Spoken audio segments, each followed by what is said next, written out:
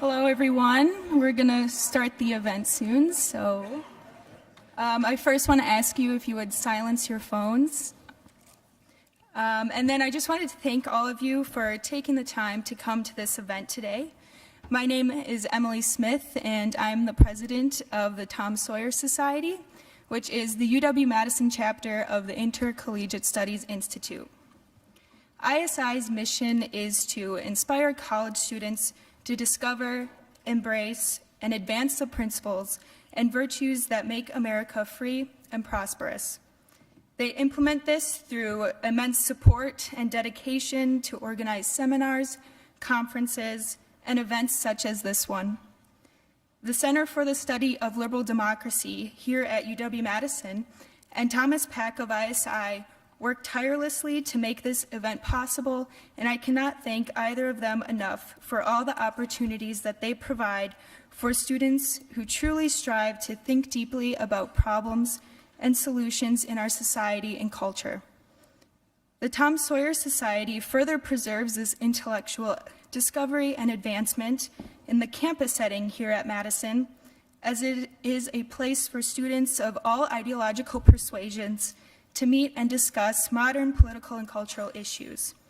We try to relay substance with our arguments in order to understand the opposing side and learn more about ideally reaching compromises and making progress. If you are an undergraduate student and are interested in learning more about the society or possibly joining, I'll be happy to talk with you after the debate. Otherwise, we meet every Wednesday from 6 to 7:15 at the Michael John House here on campus. And with that, I would like to introduce Professor of Political Science and Director of the Center for the Study of Liberal Democracy, Richard Evermenko.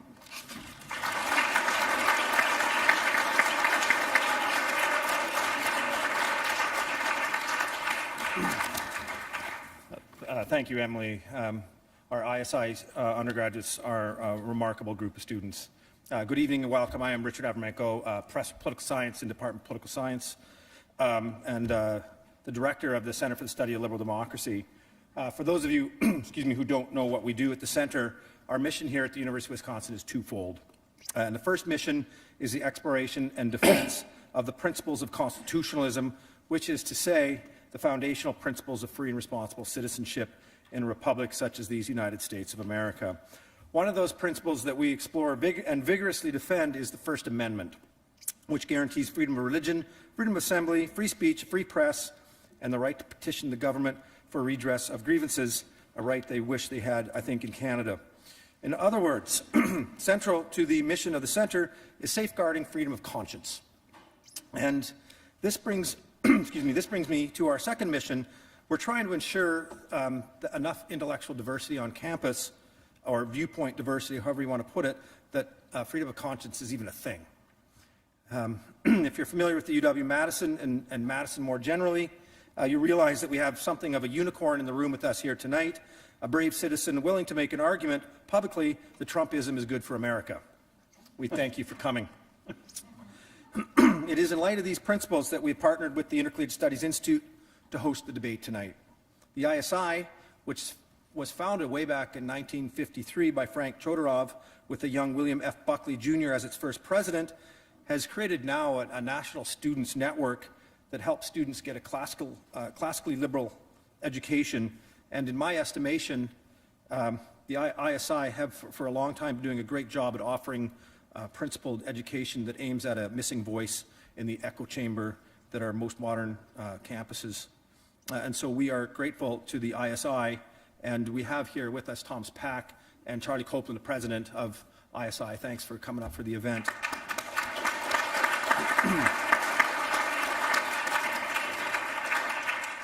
We're also grateful to the Diana Davis Spencer Foundation, who paid. We are very grateful to them. So with all these purposes aligned, we are delighted to welcome to campus today a little community here that will address the debate question, is Trumpism good or bad for America? And our moderator this evening will be Marc Thiessen. Mr. Thiessen is a weekly columnist for the Washington Post and is a resident fellow at the American Enterprise Institute. He served as speechwriter for George W. Bush and for the Secretary of Defense Donald Rumsfeld back in the early 2000s. His articles have appeared in the Los Angeles Times, National Review, the Wall Street Journal, the Washington Post, the Weekly Standard, USA Today, and numerous other outlets. He's appeared on Fox News, CNN, NPR, and other media outlets. In 2010, his first book, Courting Disaster, addressed the use of enhanced interrogation during the Bush administration. Mr. Thiessen, I'm sure, will keep our debaters moderate, as is the sacred duty of moderators everywhere. Ladies and gentlemen, Marc Thiessen. Thank you. I'm kind of an anomaly. I'm a moderator who's not moderate. Thank you all for coming out tonight. Thank you for being here for this first Diana Spencer Davis debate hosted by ISI. 1 year from today, almost to the week, the American people will go to the polls and decide whether Donald Trump should get a second term in office. The prospect of 4 more years of Trump electrifies his base and causes dread for people who don't like him. The Trump presidency has been like no other in American history. I think it's fair that that's something that we all agree on, whether we support the president or not.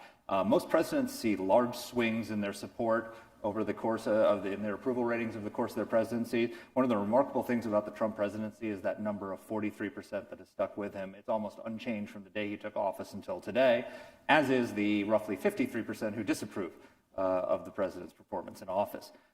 His supporters love him because they see him as a disruptor who has come into Washington to shake things up and shake the establishment up. His detractors see him as a dangerous force that has destroyed the norms of civility and the norms of how our government operates and many traditions that have kept our country together. And the divisions over Trump have divided us as a people in ways that we haven't seen. One poll found that 1 in 6 Americans stopped talking to a family member or a close friend because of the 2016 election. It seems like we can't have a civil discussion about Donald Trump, but we're going to have one tonight. And so that's what we're going to do. We're going to have a reasoned debate, and we have 2 wonderful, reasonable debaters who are going to address the topic on the table for us tonight. Has Trumpism been good or bad for America? Since we're in Madison, I'm going to guess where the audience leans. But as Scott Walker always called it, 46 square miles surrounded by reality. but I sit rather between two men who disagree sharply on this point. So why don't you join me in welcoming our debaters? To defend Trumpism, please give a warm welcome to Wisconsin welcome to Steve Moore.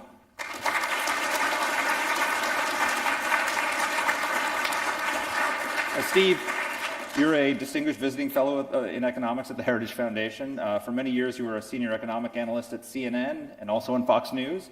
You were a senior economics writer for the Wall Street Journal for many years on its editorial page and still contribute regularly to that page.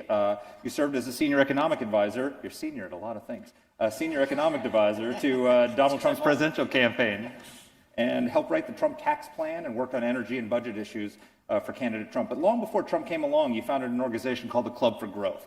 25,000 members strong, helped elect free market tax-cutting conservative candidates to Congress. Tell us just quickly a little bit about the Club for Growth and why you started it. Well, that was a long time ago, maybe 15, 16 years ago. But the idea of the Club for Growth was, as you just said, to try to direct, money and political resources to candidates who sort of shared the Reagan vision of, lower taxes and more economic growth. And we were sort of the first super PAC out there, this was like 15, 20 years ago. Now there are hundreds and hundreds of these super PACs, but I think it had a pretty big impact in the years that when we started, and then other people sort of caught on to what we were doing, and there was a lot more money flowing in politics. At that time, if you put $250,000 into a House race, that was a lot of money. Yeah, not anymore. Today, these are $5 and $6 million races, so it's a lot of money. Well, great. Well, thank you. Give a warm welcome to Steve Moore.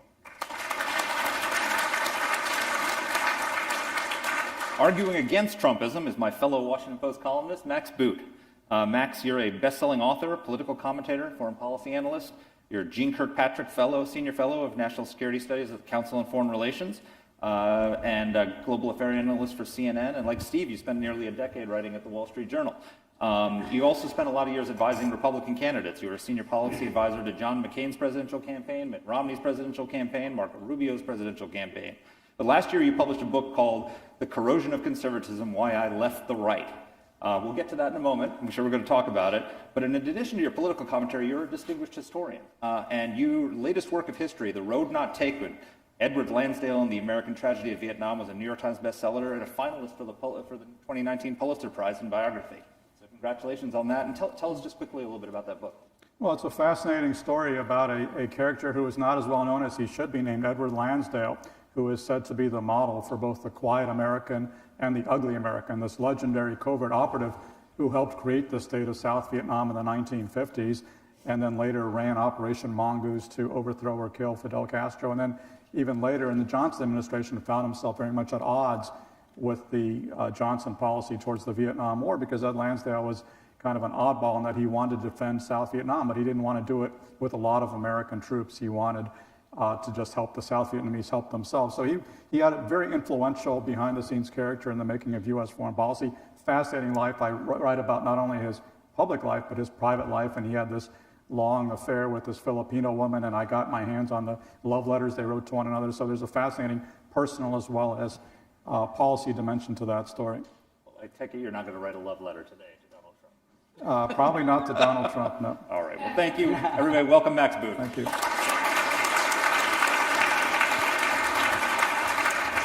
Okay, so here's the format for our debate today. Each speaker will have 10 minutes to give an opening statement. Then we'll have 40 minutes of moderated discussion by yours truly, and then we'll wrap up with Q&A from the audience. And let me make clear at the outset that the winner of this debate is going to be civil discourse. So before we begin, I want to get an idea of where the audience stands. We're going to ask by a show of hands. We're going to ask by a show of hands where the audience stands, and after the debate, I'm going to ask for a show of hands to see not whether the majority supports or opposes Trump, but who's been the more persuasive, who's moved the most people. So I'm going to ask you 3 questions. First, if you believe that Trumpism has been good for America, raise your hand. If you believe that Trumpism has been bad for America, raise your hand. And if you are not... How can I lose this debate? I mean, all I have to do is pick up the... You pick up one guy and you won, right?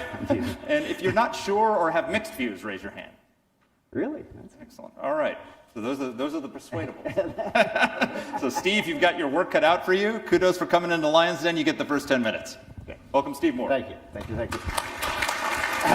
Well, thank you to ISI and the University of Wisconsin for hosting this and having me. And go Badgers! I do know how to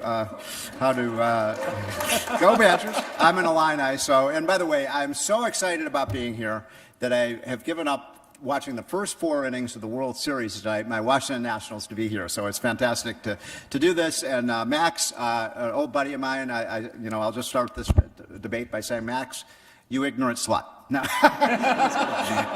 Max and I worked together. Well, I don't know if we actually overlapped at the Wall Street Journal, but we both have that in common, that we worked at the. And one piece of advice I would give to everybody in this room: if you want to be the smartest person in the room, read the Wall Street Journal editorial page every day, and it's a great source of if you believe in freedom and free markets and free people, that's a great source for it. So, about Donald Trump, I was privileged to have served for Donald Trump in the 2016 campaign.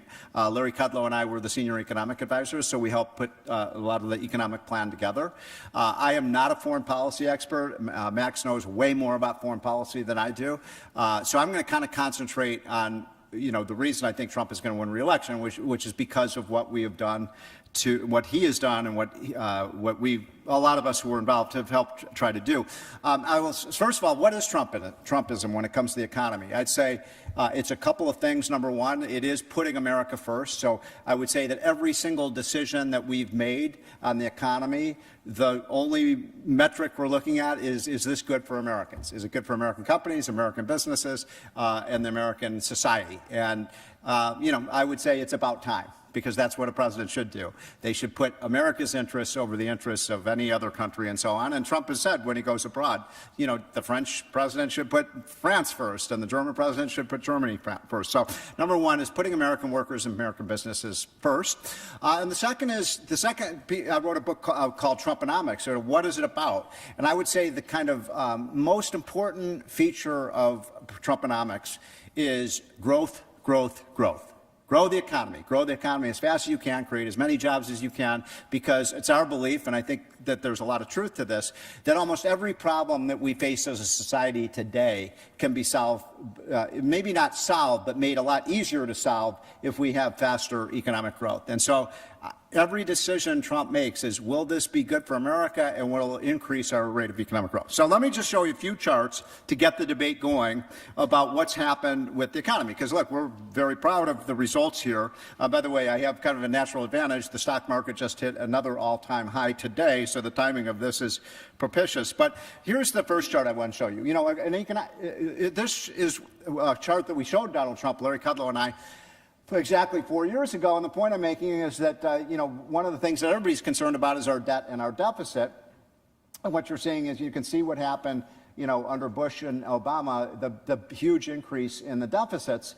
And then you can see where this is what we were inheriting, this tragic, massive increase in the debt. This was baked in the cake. This has been baked in the cake for 30 years because of the aging of the baby boomers. But the other reason that the debt was, you know, supposed to skyrocket is because the Congressional Budget Office, the people who do these official forecasts, were saying the U.S. economy is going to grow only 1.8%. And, you know, we said, no, we're not going to grow. We're going to make this a national mission, a national goal. Like Kennedy said, we're going to put a man on the moon. We are going to grow this economy at 3%. Now, a lot of economists, like Larry Summers, said that's impossible. You can't do it because of, you know, this or that. And, you know, we can argue about whether we can do it, but the fact is, if you do get 3% growth, you can see the impact that this would have. It would actually level the debt, and actually, over time, it leads to lower debt. And so growth is the only way to deal with the deficit problem, which we all want to see happen. So was there a Trump effect? We have this booming economy. Why did it happen? Did it just happen by chance, or is it something, was there an effect of Trump's election? These are just, I think, some interesting charts that show, like the top one, the small business optimism. You know, small businesses, we have 26 million of them in this country. They're the heartbeat of America. They're the spinal cord of our economy. You can see that. You see where the line just goes straight up? That was a poll that was taken literally 48 hours after the election. I talked to the people who do these polls. They said in the 50 years that the NFIB has done that poll, they've never seen anything like it. It was just like straight up, and small business optimism has stayed strong ever since. The small business optimism is a very, very good lead indicator for the economy. That didn't happen by accident, right? And then you can see consumer confidence. And my favorite one is throughout the Obama presidency, on average, about 35% of Americans rated the economy as good or great. About 1 in 3. A little bit more than 1 in 3. Even as recently as you know, a month before the 2016 elections, only 36% of Americans rated the economy as good or great. According to the latest poll today, about 68% of Americans rated the economy as good or great. So there's been a seismic shift in the way Americans view the economy. By the way, I would contend if that number holds up, you know, they could put Trump in jail. He's still going to win the election. People don't vote against prosperity. You know, there is another one, just the U-turn and effect on blue-collar jobs. That's the other thing about Trump. By the way, let me know when my 10 minutes are up. I don't want to. How many more minutes do I have? You are like 3? at, you have 4 minutes left. What? 4 minutes, okay. So you know, this is just showing the growth of blue-collar jobs. Trump really does know why he won the election. It was because of blue-collar workers. It was because of, you know, what we used to call the old Reagan Democrats that came home to the Republican Party under Trump. And he promised to bring back blue-collar jobs, and you can see the trend has really increased dramatically with middle-class jobs. You all know this, the black Hispanic unemployment rate, the lowest ever. That's a pretty awesome statistic. Trump is particularly proud of that. This is something I had in the Wall Street Journal 2 weeks ago that I think is an amazing statistic, maybe the most important reason why, or the most persuasive argument for what Trump has done for the country. And this is what's happened with the middle class. I mean, it just simply is false when people like Elizabeth Warren and Bernie Sanders say this is a great economy, but only the rich have benefited. That's just flat out false, and this shows it. This is what's happened with middle class incomes over the last 3 presidencies. So you can see under Bush, there was not much progress at all in the 8 years, and then under Obama, not counting the recession, because Obama did inherit the recession, so we counted Obama from where the recession ended, and you can see that the incomes were up about $1,000 over that 7-year period. And then, you know, look at the Trump effect. And by the way, the numbers just came out yesterday for September. Now, incomes for middle-class Americans are $5,200. in real terms. That's gigantic. That's huge. When you're talking about the middle-class family income is about $66,000, a $5,500 increase in their income, that's a very, very large impact. And, you know, it shows that we've had a much, much bigger increase in middle-class income in 3 years under Trump than we did in the previous 16 years. I don't think that happened by chance. How did it happen? We cut the business tax rates, and we're sucking capital in from the rest of the world. You can see the black dotted line is where the U.S. was, and the green pillars the rest of the world. The rest of the country had been cutting their rates. It was unpatriotic, in my opinion, to support a 40% tax rate on our companies when the rest of the world's at 20. We've got it down to 21%, which has been highly effective. We've massively increased American energy production. And then finally, I'll just end with trade, because I know this will be a topic of discussion, something that Max and I used to talk and debate a lot about on CNN. Look, I'm a free trader. I think we all are. I think the three of us are all believe in free trade. I do think Trump is doing the right thing in China. I think Trump is, Trump was deserves a lot of credit for being the first president in 30 years to call out China for what it is today, which is a menace on the world scene. And this is just showing, our terrorists versus other countries' terrorists. And what Trump used to say, I want to level the playing field. You can see China has terrorists that are 3 times higher than ours are. We can't live in that kind of abusive relationship anymore. I think we are going to see this deal done. And I think if we can get this China trade deal done, this kind of mini deal, I think you'll see the economy do even better. One last statistic, and then I'll turn it over to Max, which I think is another incredible statistic to think about how incredibly strong the economy is today. The number is 7.1 million. And 7.1 million is the number of unfilled jobs in the United States today. That has never happened before in the history of the United States. If you are a worker, how many of you are students in this room? I see a lot of students. If you're a student and you're graduating and saying, in May of next year. This is the single greatest job market in the history of the United States today, and especially if you have a useful skill. So I'll just stop by saying that's a pretty darn good record, and I think Trumpism is working. Thank you.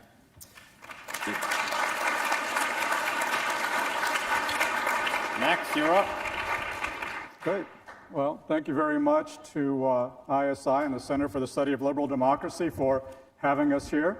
It's an important debate to be having. Now, I'm having a debate with myself right now because, tomorrow is Halloween, so I'm trying to figure out, am I going to go as human scum or am I going to go as the enemy of the people? It's, I have a lot of choices. Now, the good news is, whichever way I go, I don't actually have to change my wardrobe because I fit the description either way, because Donald Trump just called Never Trump Republicans human scum, and I'm a Never Trump Republican, or ex-Republican in my case, and he also called the media the enemy of the American people, and I'm also a member of the media, so I've got it covered either way.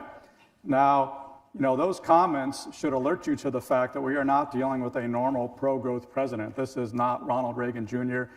This is not any kind of president we've ever seen before. In fact, this is a president who talks the way dictators talk, who refers to human scum, who refers to the enemy of the people. That's the way that people like Hitler and Stalin talk. No previous American president has ever talked that way. Now, I spent my life as a Republican and as a conservative working at the Wall Street Journal editorial page, among other places, and I can understand people who say, okay, I like some of the things that Trump has done. I like the judges. I like the tax cuts. I get that, okay? But you have to think about the price that you are paying for it. And I think the price is way too high, and it's getting higher all the time.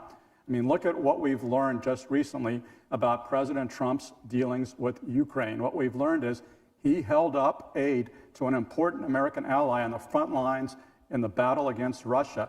And why did he hold up that aid? It wasn't to achieve a national policy objective. It was to get Ukraine to smear his political opponent, Joe Biden, and to exonerate Russia of hacking the 2016 election. Now, this is confirmed copiously. It's confirmed, first off, in the rough transcript of the phone call between President Trump and President Zelensky of Ukraine, where President Trump actually said, I would like you to do us a favor, though. And of course, that favor was to investigate Joe Biden and also to exonerate Russia of 2016 hacking. It's also been confirmed by the testimony of 5, 6, and even more now, current and former administration officials who have incredible credibility. And what they are showing is that Donald Trump has committed high crimes and misdemeanors. high crimes and misdemeanors, exactly the kind that worried our founding fathers by inviting foreign influence into an American election and by misusing his public office for personal gain. That is the definition of corruption. And how have Trump defenders responded? Well, in recent weeks, they've been arguing the process is unfair. Well, guess what? The Democrats just took that argument away because tomorrow they're going to have a vote in the House, which Republicans have been demanding, and they're going to have open hearings in the next few weeks. So they can't argue process anymore. And so what are they arguing? They're basically maligning and libeling the people who are coming forward to testify about the president's misconduct. That human scum remark was attached to our ambassador, serving ambassador to Ukraine, Bill Taylor, who is a decorated veteran of the Vietnam War, a combat veteran who has served this country honorably for 50 years and who told the truth about the quid pro quo that Donald Trump demanded from the president of Ukraine. And now, just yesterday, you had Lieutenant Colonel Vindman, an immigrant from the Ukraine who has also served America honorably, who bled for this country in Iraq. And in the last couple of days, he has been maligned by Trump supporters as some kind of disloyal American, as a Ukrainian agent. Now, I find that to be nauseating. I find that to be disgusting. That is Trumpism in action, which is this cult of personality that will defend this president no matter how much he misbehaves. And there is no doubt in my mind he has misbehaved. There is no doubt in my mind that he has committed conduct for which he should be impeached and removed from office. He's committed a lot of lesser misconduct, too, I would add, including the fact that he obstructed justice. You had over 1,000 former federal prosecutors who said that if Donald Trump were not president, they would have brought charges against them based on the fact pattern uncovered by the special counsel Mueller. He lies all the time. My Post colleagues have documented over 13,000 lies from Donald Trump since he took office. That is unprecedented and corrosive dishonesty that we would not have accepted from any other president. He uses his office for personal gain, violating the emoluments clause by operating hotels where foreign dignitaries stay, therefore lining his own pockets. He even wanted to hold the G7 summit in his own hotel, which would have been a benefit of millions of dollars, and was only dissuaded from doing so because Republicans refused to defend it. Now, his ethics, I think, are just terrible, and we cannot have somebody with that lack of ethics in the White House. But what about his policies? Well, a great example of his policies is the fact that in the last month, he has betrayed and abandoned our Kurdish allies, the people who bled and fought to defeat ISIS. 11,000 Kurds died to defeat ISIS with their American partners on the battlefield supporting them. And Donald Trump had one conversation with the anti-American dictator of Turkey and decided to pull out. And now hundreds of thousands of Kurds are having to leave their homes. Russians are coming in, Iranians are coming in, the genocidal regime of Bashar Assad is coming in. And this is a huge black eye to the United States.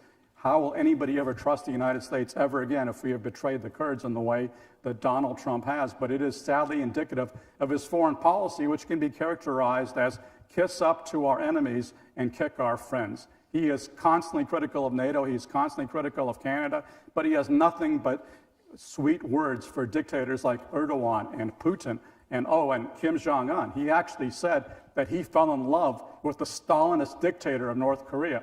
Now imagine how Republicans would react if Barack Obama or Hillary Clinton said, I'm in love with Kim Jong-un. They would have an aneurysm, and rightly so. That is disgusting conduct from a president of the United States talking about one of the worst human rights abusers on the planet. Now, if you turn to domestic policy, I don't see this tremendous amount of achievement that Steve sees. Donald Trump promised to get rid of illegal immigration. Well, guess what's happened? Illegal immigration is at a 12-year high right now. There were more undocumented immigrants coming in the last year, twice as many as there were in President Obama's last year in office. That's not a big success. Not 1 mile of the border wall has built, and Mexico hasn't paid for it either.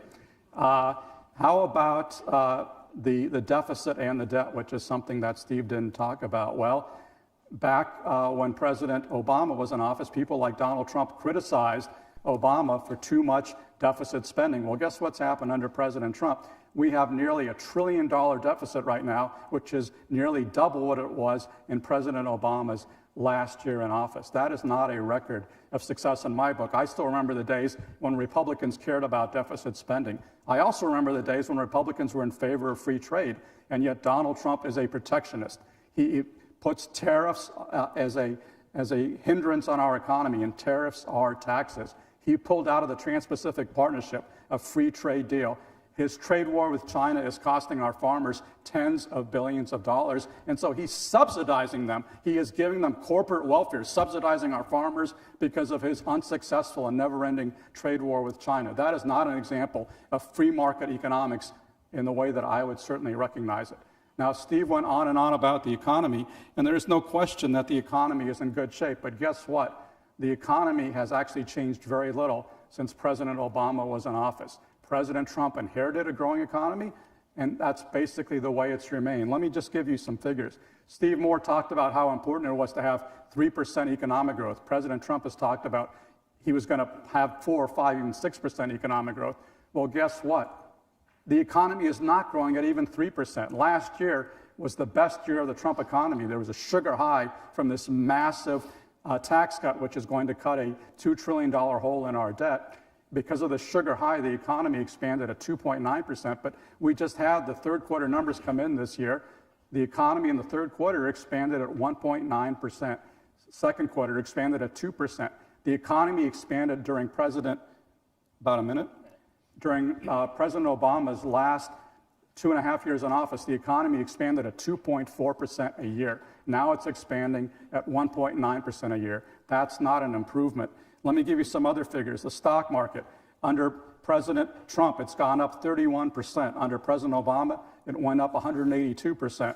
Job creation, President Trump has created 4.6 million jobs. President Obama created 17.2 million jobs. Basically, like his President Trump inherited his fortune. He inherited a good economy. He didn't create it. Presidents don't really create the economy, and he certainly has not. Let me leave you with one final thought, because even if the economy were doing much better than it actually is, and even if President Trump were responsible for that, it would still not allow me to overlook his high crimes and misdemeanors, his egregious misconduct, which threatens the very basis of our democracy. Let me just read you one quote that I think sums it up very well. A president whose character manifests itself in patterns of reckless personal conduct, deceit, abuse of power, and contempt for the rule of law cannot be a good president. We do not, at least we should not subscribe to the notion that laws apply only to presidents or causes we disagree with, but can be suspended for those with whom we agree. I very strongly endorse those words, which were said by Bill Bennett. They were said by Bill Bennett not recently, they were said by Bill Bennett in 1999. He was talking about Bill Clinton. I think that those words apply equally well to Donald Trump, because I was an opponent of Bill Clinton, and I cannot rationalize or defend conduct from Donald Trump that is far worse than anything that Bill Clinton ever did. Thank you, Max.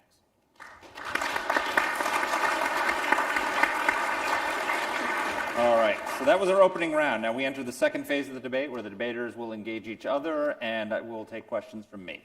So, first question to Max. So, just a quick answer. You say you've left the right.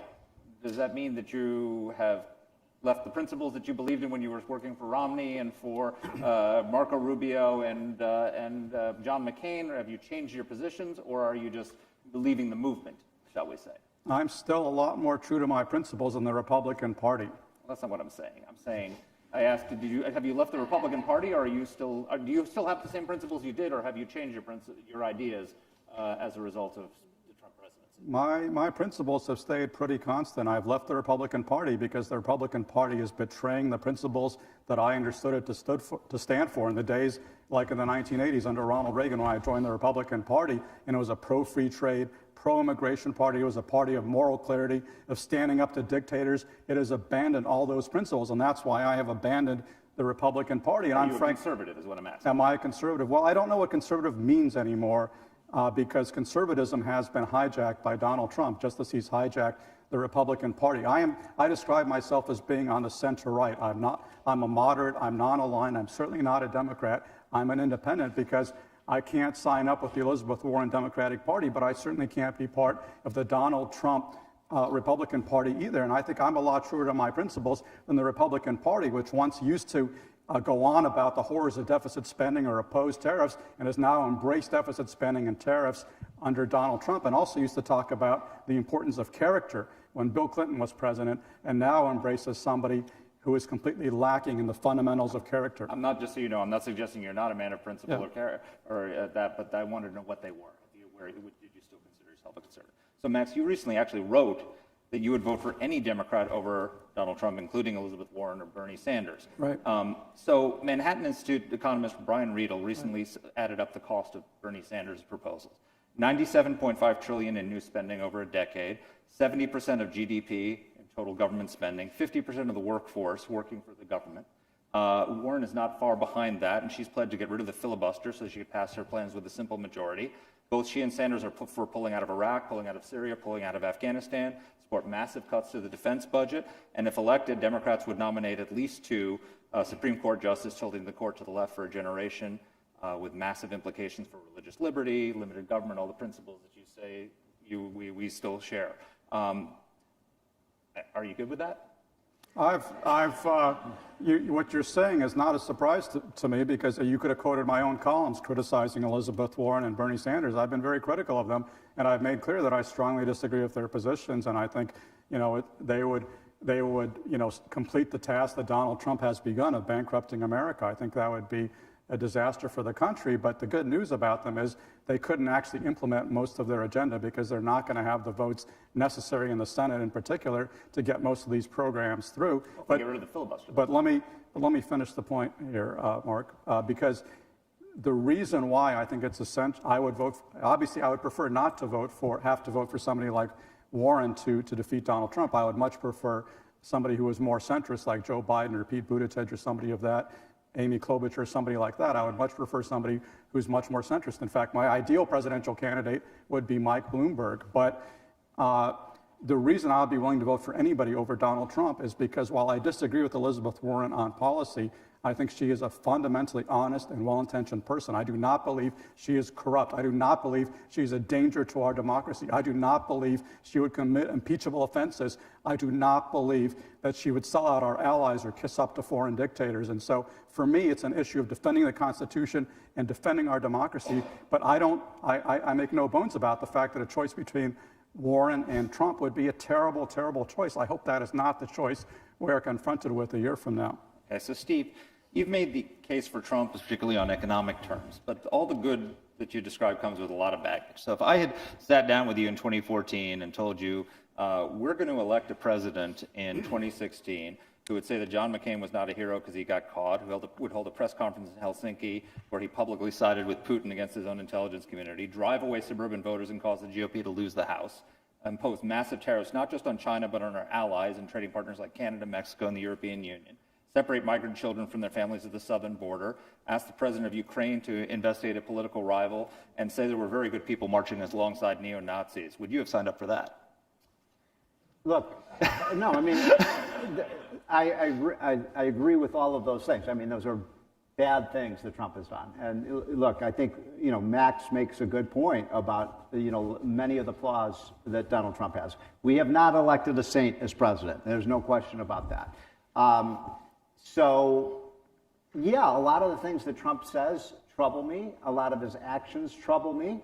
I'm not a lawyer. I agree with Max that the Ukraine phone call was certainly incredibly unwise.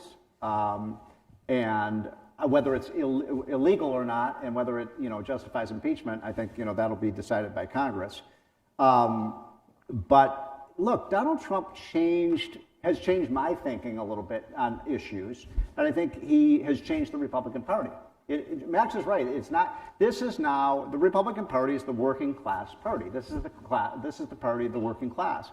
Everything we've done has been to try to increase wages and increase his jobs for middle class Americans. And what happened in 2016 is that you had, those states like Michigan and Ohio and Pennsylvania and West Virginia. I have to laugh, when you say how great the economy was under Barack Obama. I mean, when I went to those states like West Virginia and Kentucky and Ohio and Pennsylvania and Michigan and Iowa, Wisconsin, and when we asked voters, how's that Obama recovery going for you? You know what people in places like Flint, Michigan, and places like Charleston, West Virginia, and places like in Pennsylvania, and you'd ask them, they go, "What recovery are you talking about?" Because there was no recovery in those places. So I think what's interesting about this debate is it's already unfolded. Look, if people vote, if Bill Clinton was right, and if the economy's stupid, and people vote their wallets and what's best for the economic future of this country, I think he's been one of our greatest presidents. If people decide, I'm more concerned about his behavior and the things that he says and the things that he tweets, he's going to lose. But I do think his economy's stupid, and I'll just stop by saying, look, come on, Max, you would vote for Elizabeth Warren. She is against everything you've ever been for. And I agree with you, by the way. I actually think she's a woman of integrity, and I think she's honest, and I think she would destroy the American economy and put millions and millions of people out of work. How's that a good deal for America? Well, what I see right now is that Donald Trump is destroying the American Constitution, undermining our democracy. How is that a good deal for America? So Max, but you would still vote for her over. Yeah, because as I said, I don't think. She's not. President Obama had trouble getting a much more limited health care plan passed. I don't think there's much chance that Medicare for all, for example, in the way that Senator Warren proposes it, is actually going to get passed. There's going to be a chance to debate her policy. But again, my objection to Donald Trump goes beyond policy. Although I strongly disagree with many of his policies, it really goes to who we are as a country, the morality, the foundation of our country, the rule of law, our democracy. Those things are more important to me than a policy dispute with Elizabeth Warren. But the problem with that is you're saying, I'm willing to let millions and millions and millions of Americans lose their jobs and livelihoods so that we have a president. Because that's what you're getting. Okay, Steve Moore, you said the very same things before Bill Clinton and Barack Obama became president. You predicted economic gloom and doom at that time. It didn't happen. As I said, actually, on many metrics, the Obama economy was better than the Trump economy. There's been a continuation of growth, which really hasn't changed. And you can cherry pick. You want me to repeat the statistics to you, Steve? Okay, well, one you said was flat out wrong. What did the Dow Jones? 1.9%. Today we had 1.9% economic growth. The Dow Jones today settled at 27,100. Okay. The day Donald Trump was elected, the Dow Jones was at 18,000. Now, I'm not really good at math, folks, but I think I can do this one. Let me repeat. If the Dow Jones was at 18,000 and now it's at 27,000, that's a 50% increase in the stock market. Not 33% increase, a 50% increase. Hold on. Okay. Max, make your point, and then we're. Let me repeat the number to you. Under President Obama, the stock market went up 182%. Under President Trump, it's gone up 31%. No, it's gone up 51%. Those are the facts. No, since the day Trump was elected, the stock market went up 800 points. Fine. Steve, you're using funny numbers here because you're counting President Trump's tenure from the day he was elected, not from the day he took office. Fine, let's count it that way. 51% versus 182% for President Obama. So you can't claim that President Trump has been better for the stock market than President Obama. Well, okay, how about this, Max? Today in the United States, we have the lowest unemployment rate in 50 years. We have the lowest inflation rate in 50 years. We have the lowest interest rates in 50 years. We have the biggest wage gains in 25 years. We have the highest stock market in the history of the country. How is that not a phenomenal performance? Let me repeat to you the number again, Steve. Yeah. Under President Obama, there were 17.2 million jobs created. Under Trump, 4.6 million. Well, he was in office for 8 years. And also, we'd had a massive recession. Here's the thing about Obama, who you think was such a great... we had the worst recovery from a recession, Max, since the end of World War II. We had 8 recessions. Growth was the same under Obama and Trump, Steve. The numbers don't lie. No, we had almost 3% We have 1.9% growth in this quarter. It was announced today, 1.9%. Yeah. Under Obama, so it was 2.4%. You think the economy is as good 3 years ago as it is today? I don't have an opinion, Steve. I'm reading the statistics. The statistics don't lie. Yeah. All right. So, Max, look, one reason Donald Trump, you worked on the Romney campaign. Mm-hmm. One reason that Donald Trump won is because Republicans watched in 2012 while the left absolutely launched a campaign of character assassination against Mitt Romney, and he was completely incapable of responding effectively and lost what should have been a very winnable election. And a lot of people decided, we're going to pick a counterpuncher who fights back and fights dirty. Can you understand why they made that choice? After John McCain, who you supported, lost and wasn't able to beat Barack Obama, and then Mitt Romney was a wet noodle fighting against him, and they just said, look, we're sick of losing, and we're going to take an outsider who takes it to the other guy. Yeah, I get that, Mark. As a point of factual correction, I would add that Mitt Romney actually got more votes than Donald Trump. He did not squeeze out an electoral college majority in the way that Trump did, but he actually got more popular votes. Now, you're saying, can I understand why Republicans, quote unquote, got sick of losing and decided they're going to choose a counterpuncher? Yeah, and I think the explanation is because Republicans have lost sight of who they are, what they believe, and what they stand for, and they've been blinded by their hatred of liberals. They have this apocalyptic vision of what will happen to this country under a Democratic president, even though that never actually happened under previous presidents like Clinton or Obama.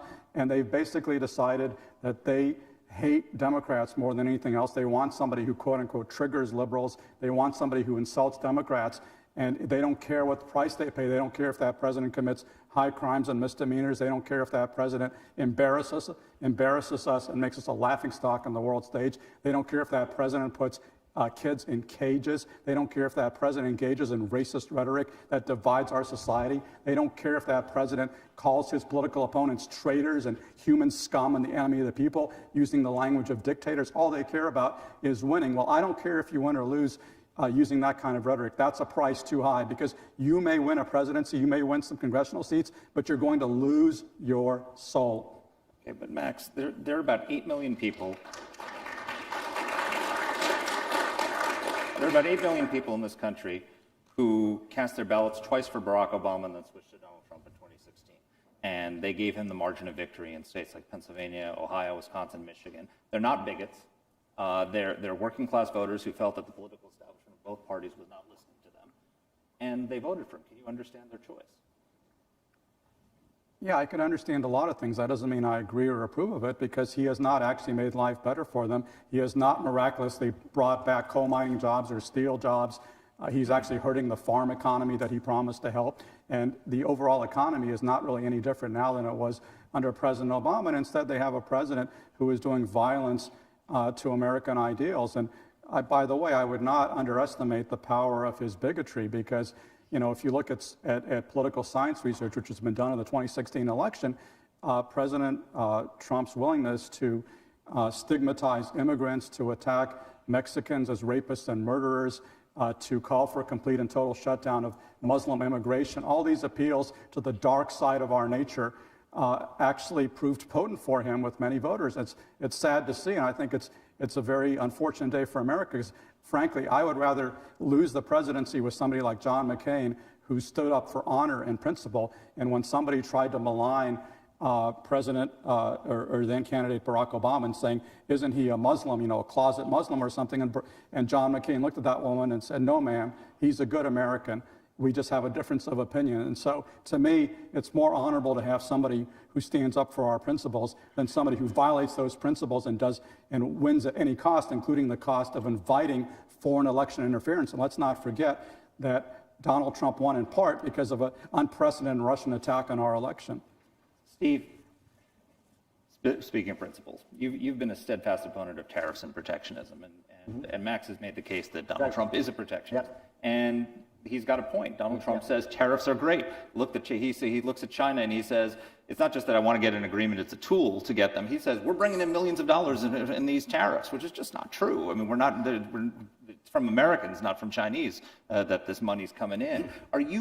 One, is he right that tariffs are good? And two, are you worried that Trumpism has made the GOP, the party of protectionism, and that transformation means, because the Democrats are already the party of protectionism, that there is no party in favor that's really dedicated to supporting free trade? That's a great question. And, look, if you come away with nothing else, from this debate, there's 4 pillars of prosperity, right?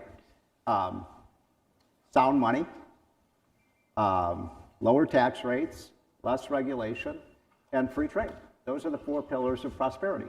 And I am worried about that, because Trump is much more of a protectionist than I am, and that you are, and that Max is. So there's no doubt about that. This is one area that he's changed my thinking about trade, though, a bit. Look, Trump understands the concept of leverage. He's a businessman. He's a real estate guy. He understands, and his view of trade is, look, when it comes to trade, we're the center of the trading system. We're the hub, and every other country is a spoke. And he understands that virtually all of these other countries have to be able to trade with the United States, whether it's Korea, whether it's Japan, whether it's China. And what he used to say to me about China, I think happens to be true.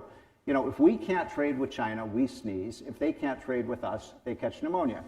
And that gives us leverage. And what hopefully Trump will achieve with this China trade, by the way, I oppose his auto tariffs.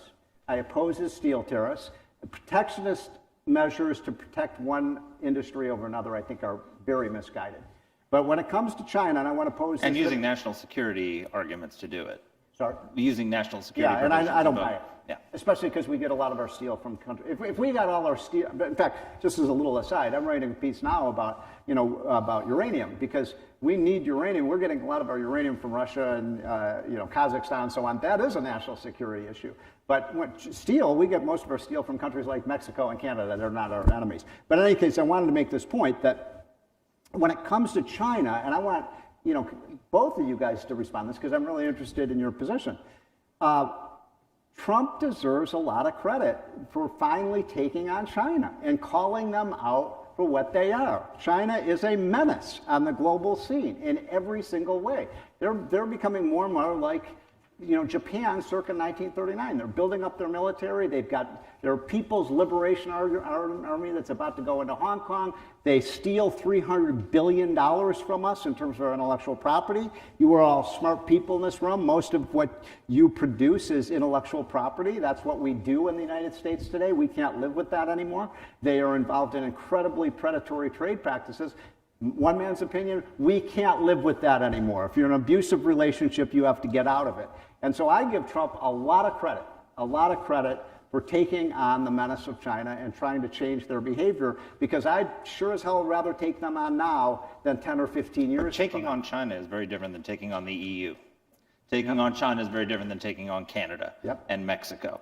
I mean, he is using tariffs in a way that no president has ever had.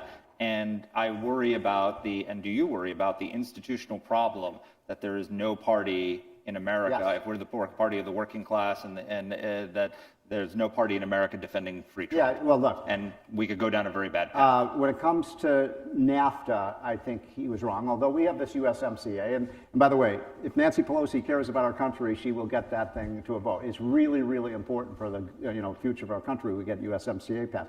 That was the Reagan-Clinton vision, right, of having North America be a free trade zone. I love that idea, and I think Trump was wrong about it. But the good news is we got a deal that I think is modernizes NAFTA and improves on it in some ways. When it comes to Europe, look, Europe is engaged. What Trump would say, and then there's some truth to this, and I want you to, let's level the playing field. We're supposed to have free trade agreements with these countries, and they have tariffs that are much higher than ours are. I mean, there's just no question about it. And Trump's attitude is, look, he offered the Europeans at the G7 meeting last year, we'll go to zero on our tariffs if you go to zero on yours.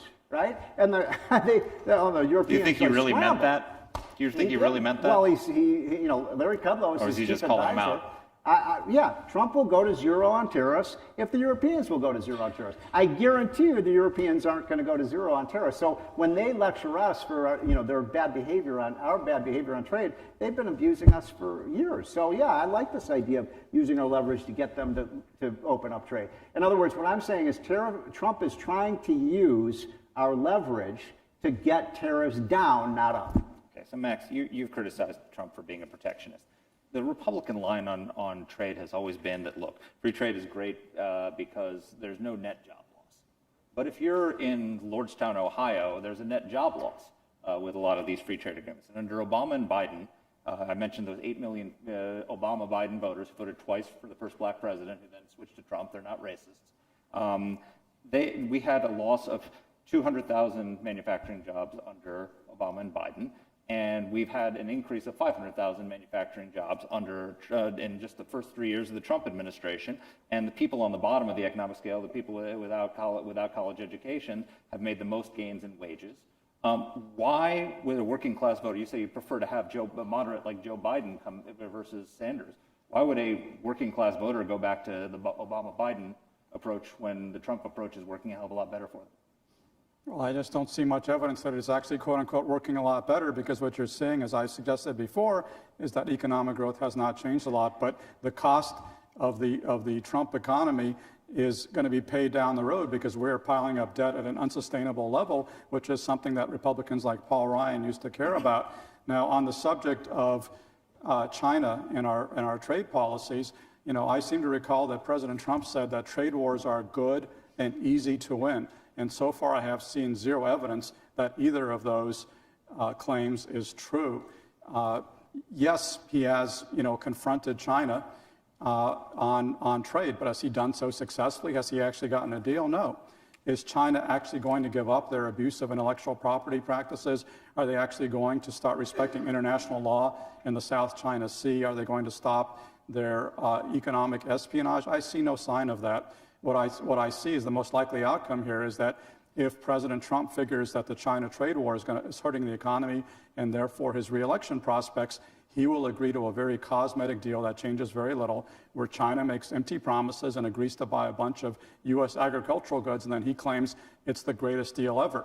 If President Trump were actually interested in doing something about China, he would not have exited the Trans-Pacific Partnership, which is the free trade zone with various countries around the Pacific Rim, because that would be a huge boon to the U.S. economy. It would also be a huge boon to U.S. strategy, because it would be a way for us to work with allies on the periphery of China to confront China and to have an alliance to hem in China. But he's not doing that. He is also sacrificing one of the most potent tools we have against China, the same tool, the same weapon that President Reagan deployed against the Soviet Union, which is the power of our ideals. To stand up for freedom, for human rights, for democracy. That is a very powerful thing. You are seeing people in Hong Kong risking their lives, risking their freedom to fight for democracy, and Donald Trump is not standing with them any more than he is standing with the Kurds or other freedom fighters around the world. He told the Chinese leadership he wasn't going to say anything, even if they cracked down in Hong Kong, because that doesn't really matter to him. What matters to him is trade, and I don't think he really understands the power of American ideals and what a potent weapon that can be with us. But unfortunately, what I'm seeing now is that he is sacrificing the high ground. And, you know, my column today is actually about how I think his presidency has been so beneficial to Putin, but also beneficial to other dictators, because, you know, all these countries around the world, they have nonstop news about everything happening in the United States. They read about the way that President Trump has blatantly corrupted the office of the presidency, the way that he tried to blackmail a foreign country into helping him win re-election. They see the way he's trying to use his hotels to benefit from his presidency. They see all of his unethical conduct. They see his lawyer claiming that even if he shot somebody on Fifth Avenue, he would be immune from prosecution. There's nothing you can do about that. They see his invective against Democrats. They see the way that he is maligning and defaming the FBI and CIA and dedicated public servants like Lieutenant Colonel Vidman or Ambassador Bill Taylor. And all of that makes the United States look bad. It makes us look as corrupt as other countries. It sacrifices the high ground that we so desperately need, and it actually makes dictators like Xi Jinping or Vladimir Putin look better by comparison. So he has lost our most potent weapon in the battle against tyranny such as China or Russia. You kind of skirted my question, which was there are 8 million Obama-Trump voters. Okay. And they lost manufacturing jobs. It's just a fact that there are 500,000 manufacturing jobs have been created. People in these areas, by a two-thirds majority, say they're doing better right now. What is your argument to that former Obama Biden voter who voted for Trump, why he should go back to Biden? What would you say to that person? Because Donald Trump is a disgrace to America and a disgrace to the office of the presidency. Okay, fair enough. All right, Steve, Max makes a very good point about debts and deficit, that the president seems unconcerned with both of those. You've always been a supporter of limited government fiscal responsibility. Again, we now have a problem, because this is not just about Donald Trump the person, this debate is about Trumpism, which is something that could live beyond Trump, right? It's a realignment. Institutionally, we now have the Democratic Party that is proposing the largest, I mean, if you add up what they've proposed, it's like nearly $100 trillion in spending, if it was Bernie Sanders at the extreme, and then at the more reasonable end is $40 trillion, right? And we've got a Republican Party who doesn't seem to care about spending either. Are we going to be able to survive if we don't have a party that's a party of fiscal restraint? Well, remember, go back to this very start. This is why I started with what is Trumpism about in terms of Trumponomics, and what is the central premise of this, which is that if we create jobs, we create higher wages, we create more economic growth, that makes a lot of these other problems easier to solve. I happen to think, Mark, that the most important thing for the country is prosperity. If we can actually borrow to create prosperity, I'm all in favor of it. The problem I have with what happened under Obama is we borrowed $10 trillion. We got nothing for it. I mean, we got the worst recovery from a recession since the Great Depression. We'd had 9 previous recessions. The economy was sorry, Max, it just wasn't a good economy. In the last year of Obama's administration, the economy grew 1.5%, and almost all economists said, boy, a recession's around the corner. And by the way, I just have to say, it's a little rich for Trump haters to say, oh, this is just, yeah, we have a booming economy, but that's just a continuation of Obama's policies. First of all, we've reversed every Obama policy. I mean, everything Obama did, we've come in and systematically, he increased regulation, we reduced regulation. He raised taxes, we cut taxes. He got us into that same, Paris Climate Accord, and one of the first things Trump did, what I think is one of his most courageous and best acts, was to pull America out of the anti-America Paris Climate Accord. I mean, in other words, Trumponomics is essentially Obamanomics in reverse. And now, here's what's really rich about this. I was on the campaign trail, folks. I mean, I worked for Trump in the last year of that campaign.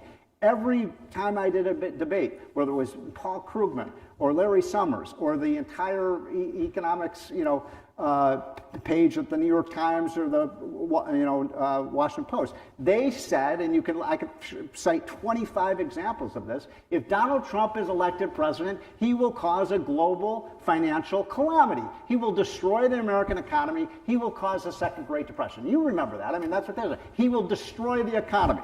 Now, here we are 3 years later, and we have the best economy we've had in 30 years, and the left says, oh, well, that's just a continuation of Obama's thing. As I said on CNN about a year ago when we had another blockbuster jobs report, yeah, is this a continuation of the Obama recovery? Yeah, is this, the Obama effect? I said, yes, the Obama effect. It's the effect that Barack Obama's no longer president. That's why the economy is so good. So for you to, not you personally, Max, but people who were opposed to Trump, who on one hand said he would destroy the economy, now we have this incredibly great economy. Why can't you just admit that what Trump is doing is working for the economy?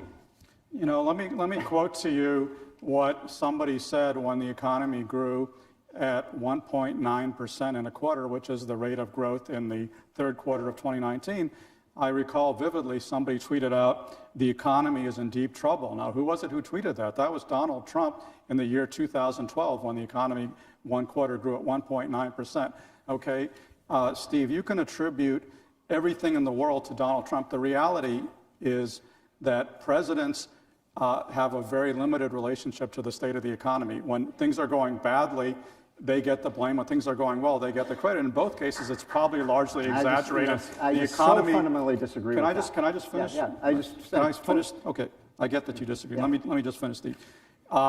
You said that President Trump's policies are very different from President Obama's, and to a large extent that's true. And I think a lot of those policies have done more harm than good. For example, his massive tax cut, which has not resulted in higher economic growth, but has resulted in much higher deficits, much greater debt, the kind of thing that Republicans used to care about, or you talk about lifting regulations and leaving the Paris Climate Treaty. Well, I'm one of those people, along with 98% of climate scientists, who actually happens to believe that man-made global warming is a real thing. It's not a Chinese hoax, as President Trump has previously said, and it's actually a very threatening thing. It's contributing to things like the terrible wildfires that California is seeing right now. It's contributing to the inundation of coastal areas. It's going to take a massive toll on our planet, and Donald Trump refuses to do anything about it.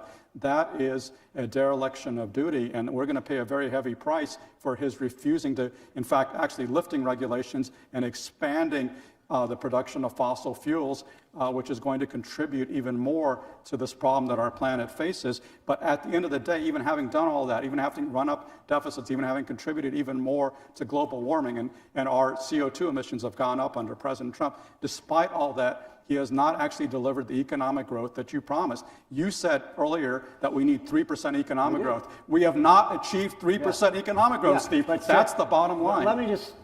And 1.9% this quarter. Years, we've never had a lower unemployment rate. We've never had a lower inflation rate. We've never had lower. That's a continuation of the Obama trends. That's like saying, the quarterback for Tom Brady is the one who, created Tom Brady's, success. I don't follow that analogy. And by the way, how do you respond? You never address the point, Max, that all of your friends who hate Trump said he would destroy the economy. I'm not going to defend what Paul Krugman said. I didn't say it, Steve. Okay, but I'll argue with Paul. Well, not you personally, but the people who hate Trump said it. And now we've got to create. Okay, so you're defending Trump by saying that something terrible that somebody predicted didn't happen, so therefore it's great. That doesn't really follow, Steve. One other thing about the Paris Climate Accord. Okay, look, we may disagree about the severity of climate change and man-made climate change, but here is the fact of the matter. The reason that Trump was so right to pull us out of that is here we are 3 years later. By the way, can anybody in this room tell me, of all the industrialized countries in the world, which country has reduced its carbon and greenhouse gas emissions the most? Anybody know the answer to that? The United States of America. They've gone up under Trump. They've gone up under Donald Trump. No, actually, in 2017 and 2018, our carbon emissions went down. That's false. And the reason for that is natural gas. We're producing way more. I just looked at the statistics. Our emissions are down, not up. And every other country, every single country that signed the Paris Climate Accord, every single one of them has already violated. They're not even close to meeting their targets. That's why Trump pulled us out of the Paris Climate Accord, because he knew no country in the world was going to live by it, and they're not. All right. It's because he doesn't believe that man-made global warming is a real thing, Steve. He thinks it's a hoax, even though if you look on the NASA website, it says 98% of climate scientists agree it's a real and pressing problem. We can have a debate over climate change another That's the next one, right? Today is the debate about Trumpism. So, Steve, you make the case that the American people are doing better economically. That's the principal case you make for Donald Trump. It's not a case, it's a fact. I understand, and I actually agree with you. Yeah. But there's a Marist poll this summer that asked people, the American people, whether the economy is working well for you personally. 2/3 of Americans said yes. Wait, Mark, I'm sorry. I hate to do this. Can I just fact check what Steve said? Because he made these claims about emissions. After I'm done asking this question. Okay, Thank you. go ahead. Marist You poll. said the stock market was only up 33%, it was up 50%. All right, gentlemen. Because you counted from when Trump was elected, which is not the way it's normally because counted. the stock market went up 800 points. It doesn't matter. It went up 3 times. You're going to say that was the Obama effect, that the stock market went up 800 points? It went up 3 times as much under Obama's. All right. I mean, really. Marist poll found that they asked Americans whether the economy is working for you personally. 2/3 of Americans said yes. 67% of college graduates, 67% of those without a college education, 68% of whites, 68% of non-whites, 63% of urban voters, 64% of small-town voters, 66% of rural voters, 72% of suburban voters. Everybody's doing better under the Trump economy. Yeah. With those numbers, Donald Trump should be the most popular president in American history. Why isn't he? For a lot of the reasons Max is talking about. You know, his behavior, Donald Trump is his own worst enemy. No question about it. I mean, some of his behavior, some of the things that he said, I agree with you, Max. What he said about John McCain was reprehensible. I mean, John McCain was a great, great American, patriot and hero. So, Trump's rhetoric and his behavior gets in his way. There's no question about that, Mark. And one of the things that disturbs me about Trump, and I hope, when he gets reelected in his second term, I hope he works on this, is he becomes president of all the people. And he's representing all Americans, not just his base of voters. I think that's a real weakness. He's made no effort to win over people who disagree with him. It's a problem. It's one of the most frustrating things to watch but it seems to be, isn't it, that this is what's happening on both parties. What's happening is that everybody is focused on throwing red meat to their base.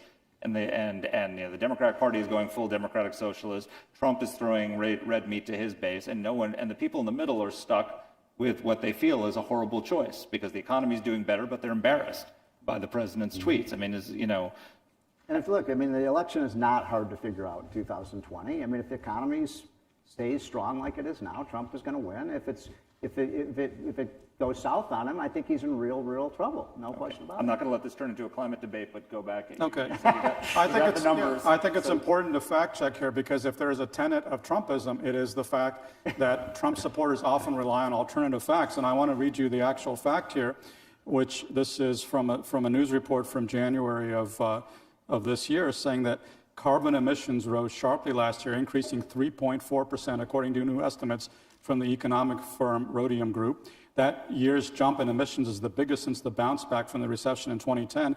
It is the second largest gain in more than 2 decades. So, and Trump's climate plan, according to Reuters, has the potential to boost U.S. carbon emissions by over 200 million tons a year by 2025. So those are the facts, Steve. Trump is actually increasing emissions. Max, so you've laid out a moral case against the Trump presidency. Yeah. And Steve agrees with you on a lot of the points you're making. Good. Vote for impeachment. No, it's not necessarily the same thing. But look, there are moral arguments on the other side. There's which is that the alternative to Trump is not benign, and that the Americans were presented with a horrible choice in the 2016 election. There's this famous social science experiment called the trolley problem. I don't know if you're familiar with it. The trolley problem is there's a train hurtling down the tracks, and you're right next to a lever, and it's going straight for 5 people. And you could pull the lever, but if you pull the lever and divert the train, you're going to kill an innocent person who would not have been killed otherwise. And, oh, by the way, the innocent person is a close friend or relative. What do you do? It's a horrible situation, right? And the point of the experiment is that there's no good outcome. So there's no right answer. Everybody makes their own choice, but there's no right answer because they're bad outcomes.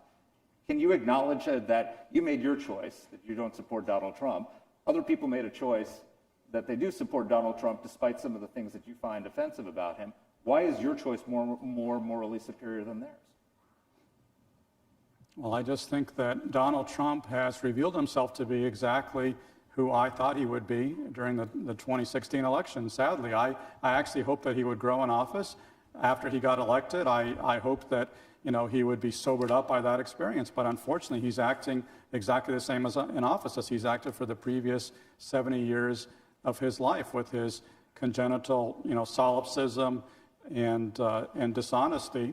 And Steve Moore says that this is all about making America great again. To me, it seems like it's all about making Donald Trump great.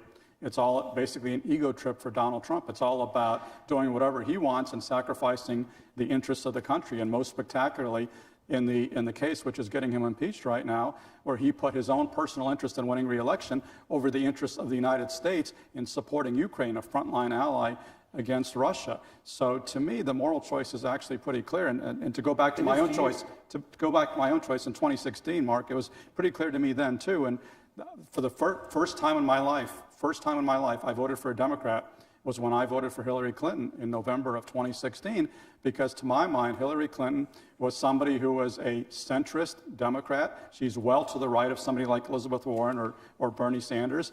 And yeah, you could argue about her morals, but to my mind, her morals were impeccable compared to those of Donald Trump. And sadly, that judgment, I think, has been vindicated by the events of the last 2.5 years.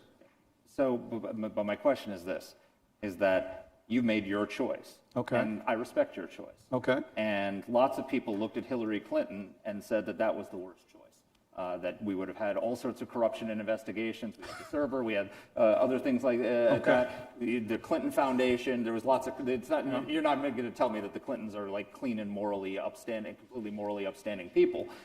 We would have had 2 Supreme Court justices. The Clinton... let me finish. Okay. We would have had 2 Supreme Court justices who would have tilted the court to the left with all sorts of implications that you, who has the same principles you had when you were voting for Republicans, had. Can you accept that people who disagree with your choice are not morally corrupt, are not trying to destroy America, that they just simply have a reasonable and honorable disagreement with you about what's the least worst choice? Absolutely. If what they say is, I recognize that Donald Trump is an awful person, that he is behaving in awful ways, but nevertheless, given the terrible choice, I have to choose the lesser evil and choose Donald Trump. I get that totally. But unfortunately, what I've seen in the last 2.5 years is that so much of the right has gone well beyond that, towards this cult worship of Donald Trump, where they repeat his lies, they buy into his conspiracy theories, they slander his opponents. That, to me, is very deeply troubling, is the corruption of American conservatism. I get the argument that says, I'm going to hold my nose and vote for Donald Trump because the alternative is worse. I get that. I don't get where people are saying that anybody like Lieutenant Colonel Vindman, who is a patriotic combat vet and speaks up and tells the truth about Donald Trump, he must be a deep state agent, he must be a Ukrainian spy. That I truly do not get. And I think everybody on this stage agrees with you on that. Let's take some questions from the audience. Questions? You can just line up in behind one of these two microphones, and we'll just kind of go down the line, switching back and forth. All right, thank you. My name's Bill. I would start out by saying that And let's please keep the questions on the topic. Is Trumpism good or bad for America? I understand. There's a couple of things that I'd like to say. First of all, before I ask my question, if you don't mind. I'm a Vietnam veteran, served in the United States Marine Corps, and I was deeply offended when Donald Trump accepted the Purple Heart from the veteran that gave it to him. I know many people that received those Purple Hearts, many of them posthumously. If you're not going to serve in the military and accept the Purple Heart, you've just obliterated the meaning of such a medal. Okay, let's get to your question now. Right. Second point I wanted to make is... No, you have to ask a question. All right. The question is, most economists say we've got to have to sustain a 2 to 4% economic growth, we have to have a 2% population growth. Yeah. In America today, the live birth rate is 0.7% and going down. Okay? The what is? Live birth rate. Okay. Yeah. Right. So where are that other 1.3% population growth going to come from? They're going to come from immigrants. And immigrants coming to this country are going to be just like most immigrants that ever came here. They're going to be poor people. They're going to be poorly qualified for the types of jobs, that sort of thing. Yeah. Okay, so I'm glad you brought this up. Look, immigration is something, look, Max knows this. I mean, I've been as pro-immigration as anybody in this room for 30 years. I've written books on the economic benefits of immigrants. So by the way, I salute you for your service to our country. Thank you very much for serving.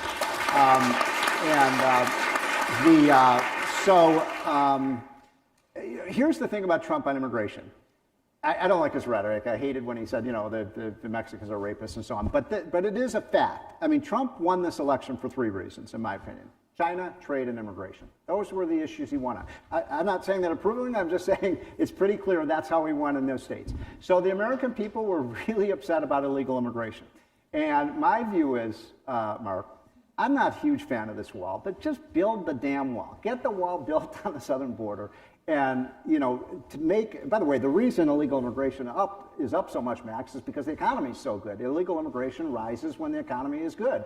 But the fact is, we do need more legal immigration. And my view is once Americans feel like we got the wall built, we've made Washington has stopped lying to us for 30 years about making good faith effort to control the border, then we can do exactly what you're suggesting, which is to move towards a legal immigration system which brings in the workers that we need and what Larry Kudlow calls the brainiacs, but also the people who want to fill the unfilled jobs in agriculture and so on. And you're right, to get to that 3 to 4% growth, we will need more legal immigration. Let's do this as lightning round so that we can get as many questions in as possible.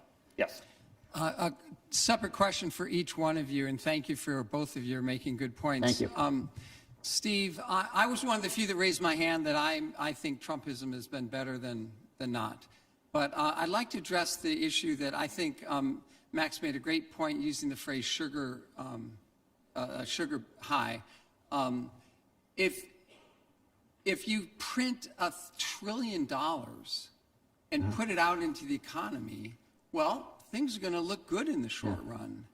But we have a $23 trillion debt, and the question for you is, has Trump been good for that? And just making it easier to approach the problem doesn't really solve the problem. So just get one question. Everybody, there are people waiting, so just one. That's very quickly. Look, look, we were borrowing well over $1 trillion under Obama. In his first term, he was borrowing $1.5 trillion a year. I don't mind borrowing if it's to finance tax cuts and policies that grow the economy. Under Obama, we borrowed $1 trillion. We got nothing for it. We got a flimsy economy that didn't grow. And so my view is, if we have to borrow to get high growth, I'm for it, because I'm for prosperity and jobs and higher wages. Who has a question for Max? This gentleman here, then we'll go to you. Mr. Boot, earlier tonight you said that you'd rather have somebody like John McCain or presumably like Mitt Romney lose, somebody with honor. But when Republicans nominated someone like Mitt Romney, someone not like Mitt Romney, when Republicans nominated Mitt Romney in 2012, the left, aided by the media, the mainstream media, you said a lot of character attacks against Mitt Romney, as Mark said in his question, and as I think you agree with. So why is standing by while the left attacks people with honor, like Mitt Romney, a better option than voting for somebody like Donald Trump? Well, the premise of your question seems to be there were a lot of unfair criticisms of Mitt Romney, with which I completely agree, but then your conclusion from that seems to be then we should support Donald Trump as he makes incredibly unfair accusations about his political opponents. And to my mind, that one right doesn't one wrong doesn't equal another, doesn't justify another wrong. I think we should stand up for truth and decency. And, the attacks that Donald Trump is leveling are far worse than anything anybody ever said about Mitt Romney. He is actually accusing his political opponents of being traitors, of being human scum, of being the enemy of the people. That is a level of invective we have never seen in American politics before. And, Republicans used to believe that words mattered. When Ronald Reagan talked about tear down this wall, they said that the power of presidential rhetoric matters, and I still believe that. And I believe that Donald Trump's rhetoric is deeply corrosive to American society. We wouldn't accept somebody in our workplace talking the way he does. He'd be fired. And I don't think we should accept that from our president, who, among other things, needs to set an example for the country. Thank you. You've indicated that China poses problems. How would you advise Donald Trump to change his China policy to deal with the abuses and concerns that China poses? Is that to me? Yeah, or Okay. you or anyone else. I don't think that these broad brush tariffs are going to work. This trade war is not going to lead to reform. I think what we need to do is to, first off, work with our allies, because many of our allies have the same complaints that we do about Chinese infringement of intellectual property and economic espionage and so forth. So we need to present a common front, work with our European allies, our Asian allies. We need to re-enter the TPP. So that we will stand with our allies, expand our trade at China's expense. And we need to apply sanctions on Chinese companies that violate intellectual property rules, that violate sanctions. Trump has done some of that, and he's rescinded the sanctions. There has been no rhyme or reason to his policy. I think we need to go after individual Chinese companies that violate the law, but this broad brush trade war is hurting both the U.S. economy and the Chinese economy, and it's not going to get the concessions that we all want to see. The only problem with that, look, I agree with a lot of that. I think one mistake Trump has made on trade, Mark and Max, is, the lesson of history is you don't fight a 2 or 3 or 4 front war. If China is the enemy, don't pick a fight with the EU and Mexico, Canada. I think that was a mistaken strategy. But the problem is, like, Max, with what you're saying, it's like the status quo. That's what we've been trying to do for 25 years. And finally, Donald Trump comes along and says, we're going to start a new strategy. Now, you may be right, the tariffs may not work, but I guarantee you, the tariffs are doing severe damage to the Chinese economy right now. They're leading to factories leaving China. They're going to places like Indonesia. They're going to Vietnam. They're going to India. We'll see whether China can withstand that. They're also doing damage to our farm economy. They're doing some damage to us, but they're doing far more damage to them. That's why we're spending tens of billions of dollars in subsidies to the farmers, which is not free market economics. All right, question. So in Virginia, in the Charlottesville rally, President Trump failed to condemn the KKK actions. Sorry, he condemned what? He's failed to condemn the KKK actions. He said that there's good people on both sides. His ban on Muslim immigration, or from countries with majority Muslim, was clearly tinged with Islamophobia. and he's called Mexicans rapists and drug dealers, and he's locked kids in cages because they were born in a less unfortunate situation than him. As someone who's not white, can you give me some reasons why I should vote for President Trump next year that aren't related to the economy? Because I'm willing to pay those $5,000 per year to feel safer as an American. Yeah. Well, look, I mean, I think that's your decision to make, but we do have the lowest Hispanic unemployment rate in 50 years. We have the lowest black unemployment rate in 50 years. We have the highest black labor force participation rate, in a long, long time. And we have the lowest Asian unemployment rate. So, this idea that we have this racist president who's created the best economy for minorities, I just don't buy the argument. Question? On a similar point, you've gone in depth on the economic aspects of Trumpism, but I'm a little more interested in the social fabric and how to ask, is Trump sort of breaking down the social fabric of this country with the rise of the alt-right, from his rhetoric of racial dog whistling and all that sort of things? Obviously, people playing ICE on the border, the immigration raids, more just general racial profiling in life for illegal immigration and sorts of things like that. Do you think that this is part of Trumpism and that it's good or bad for the country? Or for you, would you argue that maybe Black Lives Matter before the country was already tearing apart socially, before Trump campaign? Yeah, there's no question that there were major social fissures in this country before, and there is tinder for conflict lying all over America, and Donald Trump has basically gone in, and he's like throwing Molotov cocktails everywhere and inciting hatred and division, which is not what you expect a president to be doing. Let me just offer you one example from my own personal experience. I came here as an immigrant in 1976 with my parents from the former Soviet Union, Jewish immigrants, and I was incredibly inspired by what Ronald Reagan said about immigrants and about liberty. And I've always thought this was the greatest country in the world because it would take people like me in and make us equal citizens along with everybody else. I thought that was always the genius of America. And Donald Trump is attacking that. His appointees, like Stephen Miller, are saying that the words on the Statue of Liberty don't actually reflect American policy. Give us your tired, your poor, your hungry masses. They are disavowing the Statue of Liberty. They are slashing.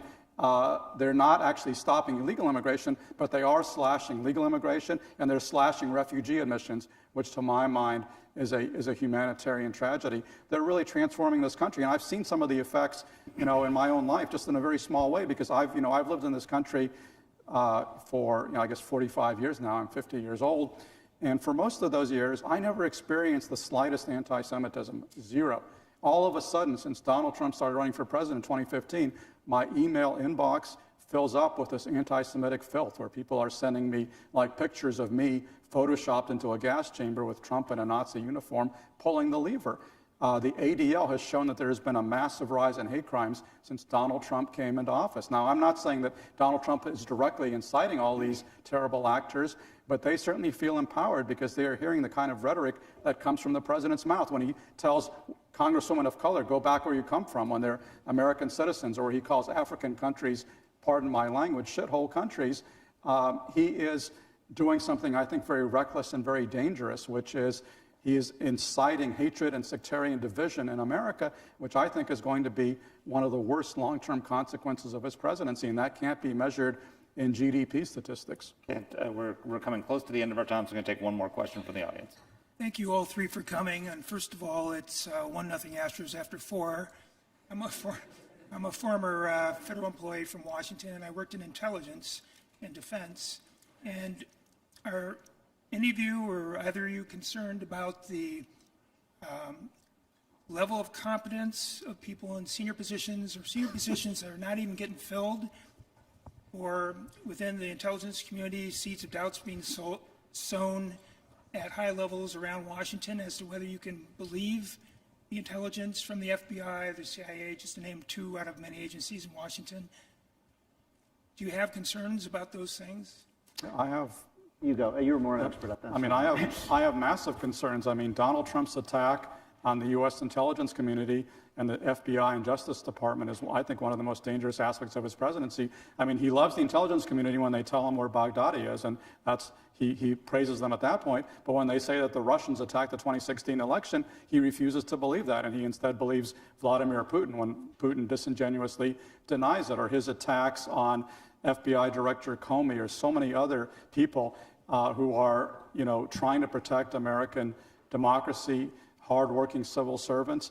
To my mind, that is just very, very corrosive, because he is causing his followers to believe that he is the victim of this quote-unquote deep state conspiracy, which doesn't really exist. He is maligning the people who defend us every single day at the CIA, at the FBI, at the National Security Council, and in the State Department. I think it's terrible for morale. Good people are leaving. He can't fill those positions because he can't bear to listen to anybody telling him that he is wrong.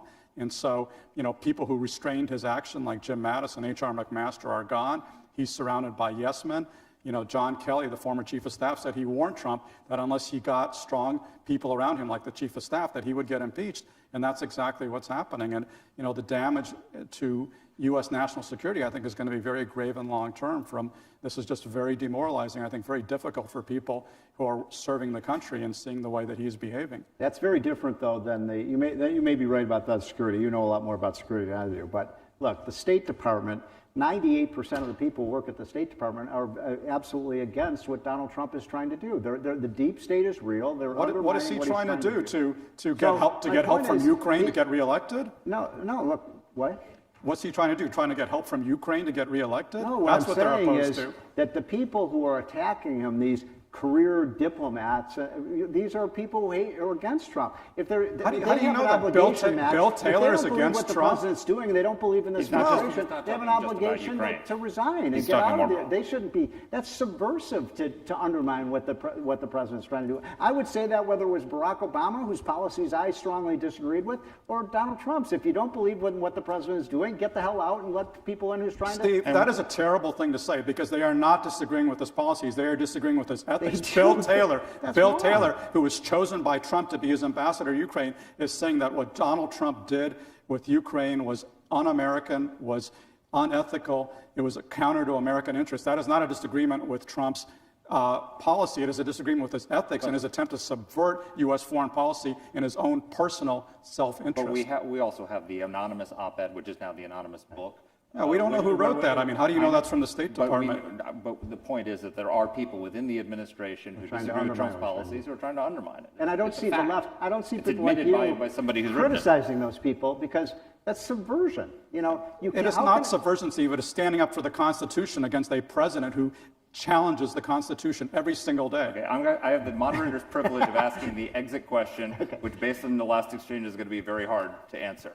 I want Steve Moore to tell me one big thing that Donald Trump has done about Trumpism that he disagrees with, and I want Max Boot to tell me one big thing about the Trump presidency that he agrees with. Look, I going to say this, that there's been a lot of talk about decency and morals and these kinds of things, and that's the case that you're making against Trump. And look, I think the most important thing when it comes to decency is allowing people to have, the economic opportunities in this country. And that is what Donald Trump is doing. He's providing amazing You're defending Trump. I asked you to give me something. You're defending Trump. I want you to criticize him. Now, what I don't like about him is I don't like his actions. A lot of his actions, I disagree. I mean, I agree with Max that a lot of his actions are uncalled for. I don't like a lot of his language, but I sure love his results. All right, Max, one big thing about Trumpism or the Trump presidency that you agree with. The tax cut. Come on, the tax cut. Embassy in Jerusalem.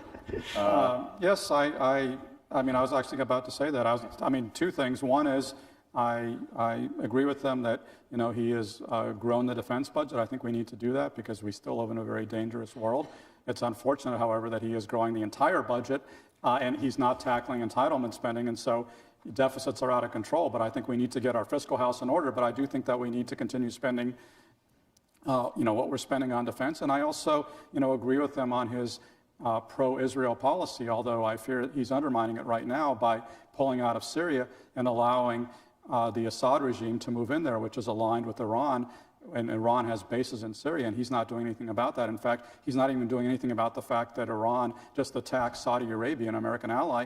He's not responding to that in any way. So in general, I applaud his pro-Israel stance and his pro-defense stance. I love ending on a positive note. So, ladies and gentlemen, I told you we're going to have a show of hands at the end So after having listened to these debaters make their case, how many people that think that Trumpism is a good thing for America?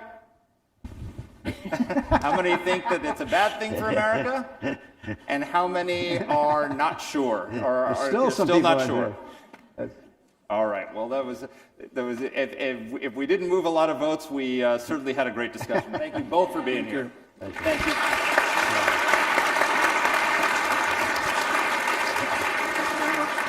Thank you. Good to see you.